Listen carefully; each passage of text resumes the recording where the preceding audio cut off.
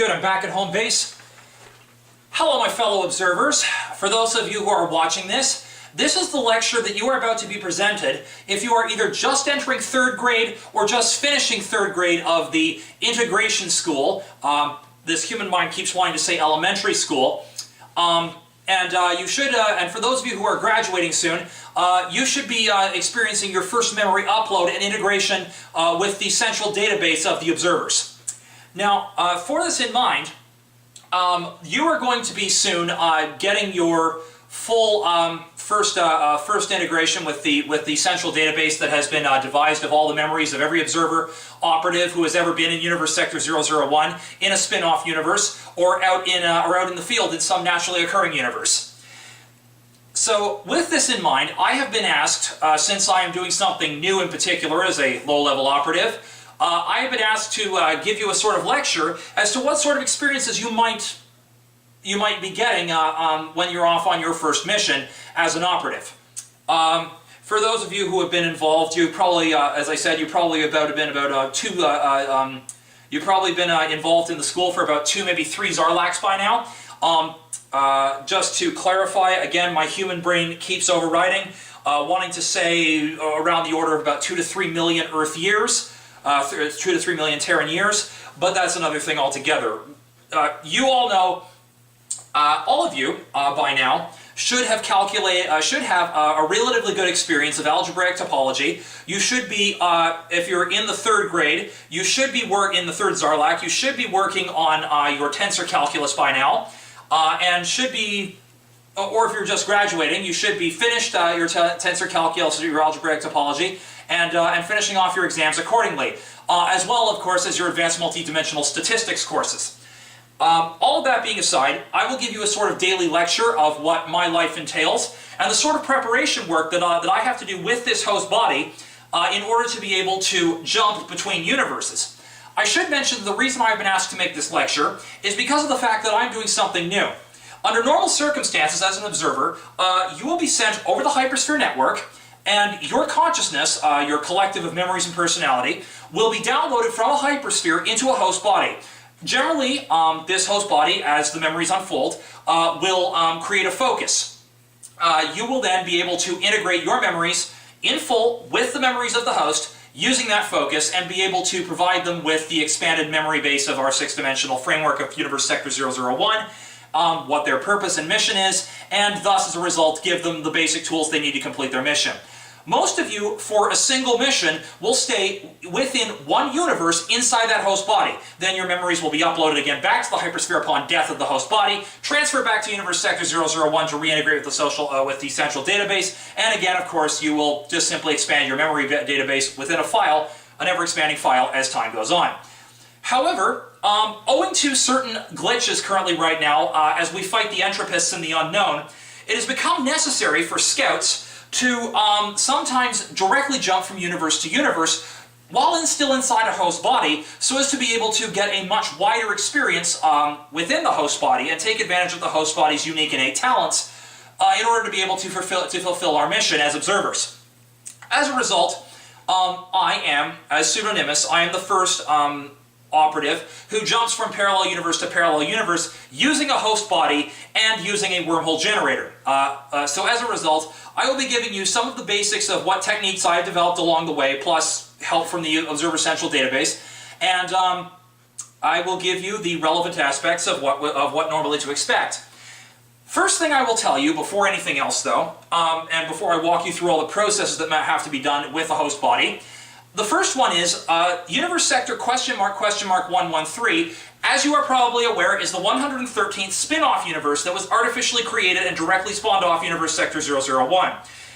The reason this universe was created is because of the fact that Universe Sector 0025 Alpha, the home timeline of the host body in which I inhabit, was overrun by a dictatorship about a year ago, and by year I mean Terran year. And as a result, the 2 scientists that I in this host body worked with to develop the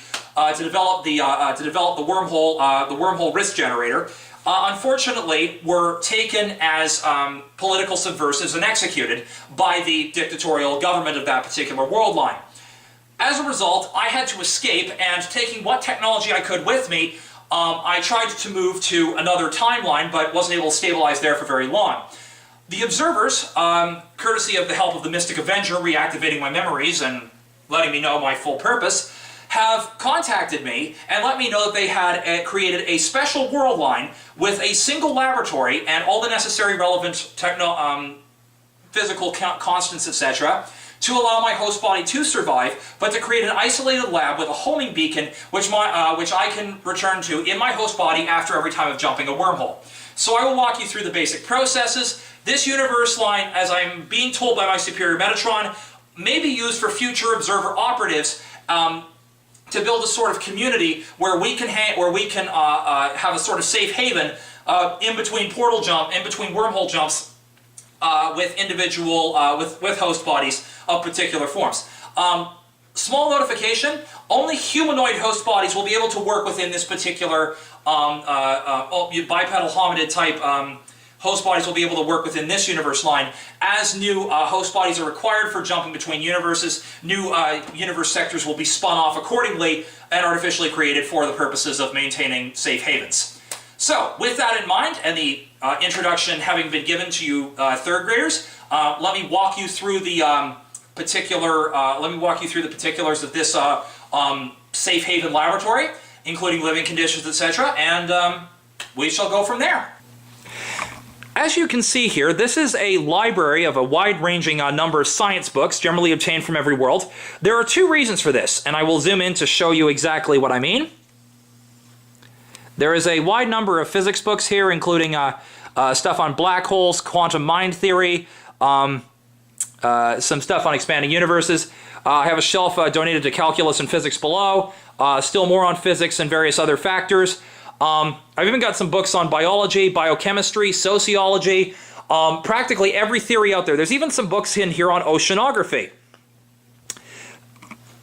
The reason for this particular version of the library is for two prominent reasons. Number one is the fact that a book system must be cataloged such that information from a wide-ranging number of universes can be obtained. The second one is more of a matter of personal preference. While the memory uploads directly to Universe Sector 001 central database are doable on a regular basis and information can easily be obtained from other operatives, etc., sometimes the host brain of the particular life form whose body you are inhabiting will require a certain amount of mental exercise in order to be able to keep the host brain working. Direct upload may not necessarily allow for practical exercising of the host brain to keep it at its peak so that you can remain integrated. As such, you can either do one of two possible things. You can either you can pick the recording style of your choice of your particular host body. Most timelines will either have some sort of digitized version of digitized, quantized information processing and storing capacity, much like we do, but at a very lesser advanced form. Some of them even, though, do something called books. You may have heard about these from other humanoid operatives, from other operatives in humanoid bodies. But yes, these books are essentially direct writing on paper. We did this. We did this hundreds of thousands of Zarlax ago. Human brain keeps overriding. We kept doing this millions upon billions of years ago in our civilization. However, as we have let this go, but the host body in particular, this particular host body prefers books. So I have obtained various books from various universe lines that I have traveled to. And with any luck, I will read through all of these at some point and take advantage of what information is in here that is of any relevant interest and toss away anything that's not. Sometimes the recording process actually makes the memory upload system and the observation system a little easier.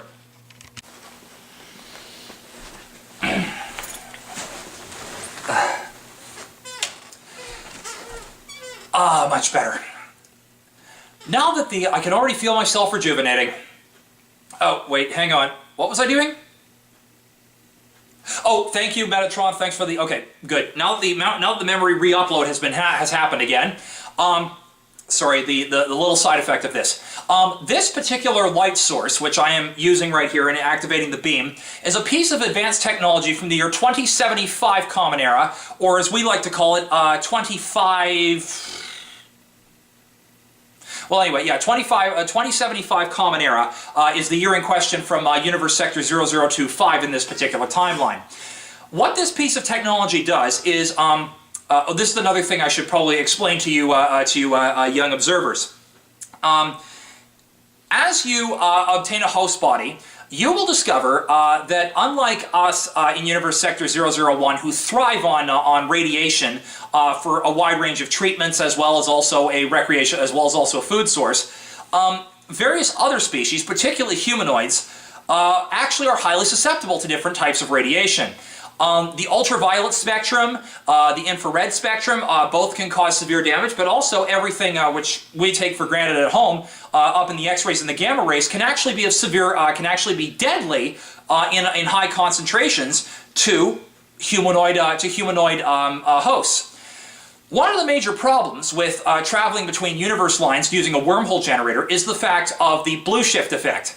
As you are well aware, wormholes, like black holes, even though the wormholes leak most of their gravitational effects into higher dimensional space, so as not to harm a local planet or populace, there will still be a certain amount of blue shifting of visible light and other slightly higher frequencies to blue shift them right as they come down to the mouth of the wormhole, right up into the X-rays and gamma rays. Unfortunately, for humanoid hosts, approximately after every 12 jumps or so, the radiation levels will become high enough to become permanently lethal to the host body. So, as par for the course, I have adopted this light from Universe Sector 0025 Alpha, being Universe Sector 0025 Alpha from the year 2075 Common Era. In the year 2060 Common Era, a Third World War broke out on this particular timeline, and nuclear weapons were used. As such, massive amounts of the population were dying off, and they needed to figure out a method by which to be able to deal with repairing of damage caused by high-level radiation and alpha particles emitting radiation inside the body. The standard practice, post-2060, because most of the water was contaminated, was to use a high-frequency sonic shower to disrupt the particles from the surface of the body, followed by massive amounts of consumption of iodine to take out the strontium, to cause the strontium to be, dislocated from binding to chemical sites in the body, in the humanoid body, and flushed out of the system. And finally, this light was established. What this light pattern actually does is that, in its particular case, it works as a scanner.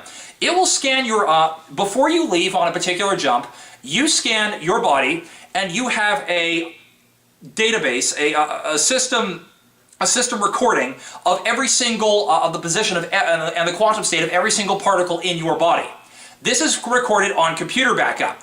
When you return and attempt to post radiation damage, this system will literally draw from a data bank of raw atoms that are, or raw molecules that are currently stashed in a secret storage compartment. And what it will do is it will establish a quantum entanglement with every single broken part of your body. And thus by doing so, it will reestablish, using the quantum entanglement, it will quantum teleport. It will overwrite the existing, the broken chemical bonds in your body, and use quantum teleportation to instill new systems in your, new chemical bonds in your body, which have been disrupted by radiation, and hence, as a result, reestablish your body, rejuvenating it to a certain extent, while in the process, and more particularly, just repairing the damage caused by radiation. Now, bear in mind that this technology has one major side effect. Because of the fact that some of the damage happens to be in the brain of the host body, there is a possibility that you could be disrupted and you could suffer memory loss accordingly. As the brain gets reset back to the last known computer setting, you could lose memories of everything that happened post that computer setting, post that initial computer recording. However, there is a way to handle this for us observers, luckily. As long as you maintain a direct link with your hypersphere node in the local area of your safe haven, your immediate supervisors will make sure that your last known memory upload from the central database will be downloaded into your mind as soon as this rejuvenation process has either been done or in the process of it happening, thus making sure that you don't actually lose much in the way of memories. For us observers, we found a way to compensate for it, but the humans, when they first developed this technology, memory loss was a major problem, and they're still working on trying to fix that solution 10 years later, in 2085. That memory writing technology is a way that the dictators are attempting to get rid of the subversives and other rebellious people in that timeline by attempting to rewrite their memories. But that's another story, and I won't get into that right now. Besides that fact, in the radiation shift, just bear in mind, if you are jumping from body to body, if you are jumping from universe to universe inside a host body, take into account the physiology of the host body. Be aware of what types of what spectra of light or of electromagnetism or gravity will be, and what other types of energies will be damaging to that host body, and make sure that you have a system in place in your home base in order to be able to make sure that you can repair any damage caused by these particular types of radiation or other natural phenomena.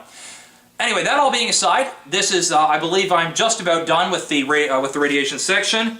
Yup, according to the RISC computer from the synchronizing with the local computers, I'm doing good. Now, there is one other thing I should mention while I'm here. Various other things you will see in this laboratory are hodgepodge. They are literally constructed from various pieces of technology that I was able to obtain from various different world lines based on observer specifications, sort of piecing things together. The reason I was unable to obtain full direct technology from Universe Sector 0025 Alpha, the home timeline of this host body, is the fact that because of the dictatorship, most of everything was trashed in the laboratory. As such, attempting to go back there and ascertain high-level technology is particularly difficult. Sometimes you can get certain levels of technology from other operatives in other timelines if you run into a fellow observer operative and negotiate something by which they can provide you technology to continue your work. Unfortunately, there are some pieces of technology in these timelines or in these universe lines are highly sensitive and highly complex, and there are a lot of power. There are a lot of people in power in these universe lines who will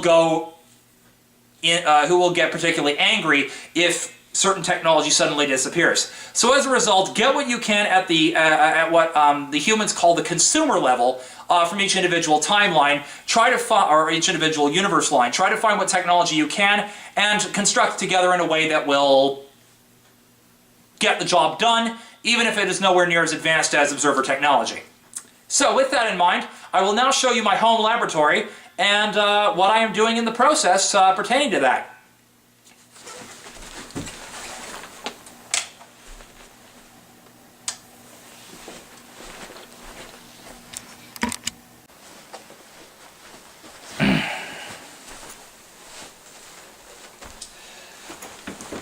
Hello and welcome to my laboratory.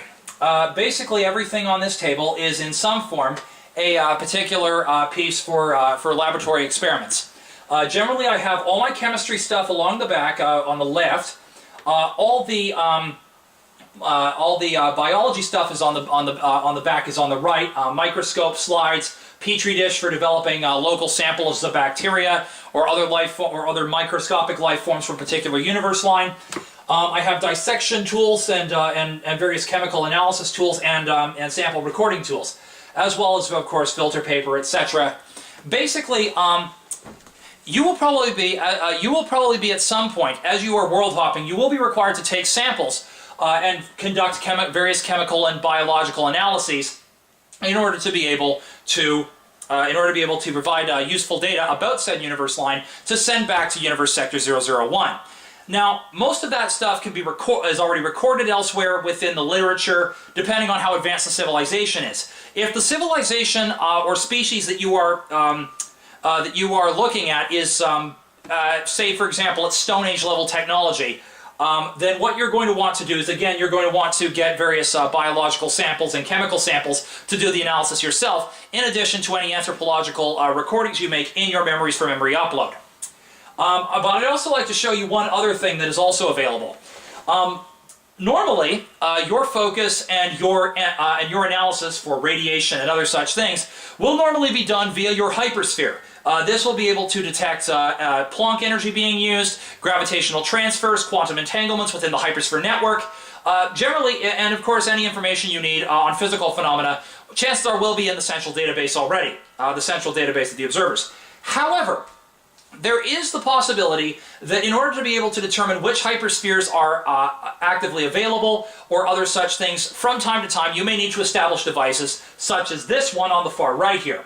What this is that this is a random moving device which actually directly detects, based on some technological developments I've managed to find, this detects actual quantum entanglement lines. Specifically, it detects which hyperspheres are active at any given time based on their gravitational discharges or based on drawing from interdimensional Planck energy. I'll show you how it works. This particular device, when moved, will start moving in random directions. The energies will start influencing those directions, and based on the pattern of movements, this device here will compile the data and wirelessly transmit it to this computer. Now, normally I would use much more advanced technology, such as the pocket computer with the contact lens screen, etc., as would be normally expected in 2085 Common Era of Universe Sector 0025 Alpha. However, having to bail in such a short time, I wound up having to pick up some technology from 2014 Common Era, and as a result, hodgepodge much of this, basically using technology from various science stores, scientific suppliers in various universe lines, and what minimal computer support I could get. But I'll show you roughly what it does in this particular form. I set the detector moving, and what it does is it starts moving in various different particular parameters. Now, as you can see, the weird shifting patterns are generally due to magnetic interference. However, the subtle movements that happen later are due to the Planck energies and the vacuum energies and the interdimensional energies doing a direct, basically the direct influence that you will start seeing now. The small patterns, that small stuff is basically caused by the use of interdimensional vacuum energy, as well as gravitational transfer via higher dimensional space-time. Little leakages generally get in through here, and as a result can be sensed. In particular, the physical laws of question mark 113 have been tweaked particularly so this way this device can actually better detect these energies. I had to do some negotiation with Metatron, my immediate superior, and the High Committee. But anyway, that all being aside, it's just about done. And I believe the universe transfer has worked, so we will pull up my laptop here, and I will pull up the spreadsheet file as to where this particular comes in. You're not seeing much right now, but when you take a look at the chart here, as you can see, this is a radar. This is a dispersion with dimensions 1 to 11 mentioned in quadrants. The little connections you are seeing here and the little points in brown. Every single one of these is a hypersphere that is active in your area. Each of these connection lines is at the moment of measurement using this device. Each of these is a single quantum entanglement that has actually been registered as going through a hypersphere. The small little blue line in the middle is measuring the intensity of Planck energy being used in the local area. Given the fact that we can detect which hypersphere networks are going on, this particular device is actually incredibly useful. The reason is as follows. Because of the fact that the wormhole generator also doubles as my focusing device, I can use this device to calibrate this with the hypersphere network by determining which ones are active. I can also use it to calibrate this thing, which is used as a scanner and focuser for direct energy from this in the field. Particularly, this is used for detecting high levels of radiation and the use of direct use of vacuum or zero-point energy from higher dimensional space-time in order to be able to detect wormholes going through or higher dimensional energies being used by an entity or just even straight multidimensional communication. Again, because of our very advanced form of quantum entanglement, as I'm sure most of you young observer students are aware, the particular techniques for this network are as follows. Universe Sector 001 sends off a gravitational wave up to a hypersphere node. Since question mark 113 is very close to Universe Sector 001 as being the 113th spin-off universe in orbit around it, we will use the hypersphere there as a prime example. Because of the intensity, universe sector 001 will upload a gravitational wave directly to this node here, which is 113. Then, as a result, any one of these particulars are active in quantum entanglement. What will happen is that that node there will send a quantum entanglement signal, will use a very advanced form of quantum entanglement to send it to another hypersphere node another node or hypersphere within the hypersphere network. Now, for those of you who are wondering about this and wondering why entanglement would work for faster than light travel, I will remind you from your elementary physics class that, as you know, that wormholes are nothing more than that quantum entanglement is nothing more than the point form solution of a traversable wormhole equation. As such, we also know that quantum entanglement is useful for sending signals throughout the multidimensional spacetime. As such, what will happen is that when you get transferred to another node, if you are in a host body, such as I am, the wormhole will open up directly inside the local universe line courtesy of space warps, and as a result you will be dropped onto a planet where the nearest life form is. If you are transferring via your conventional consciousness form, you will just simply have a gravitational wave sent to a host body, which will then be embedded, and the memories will be slowly integrated with the host as the host grows up. I believe. Oh, one final note before I leave you with before I end this lecture: the insanity factor.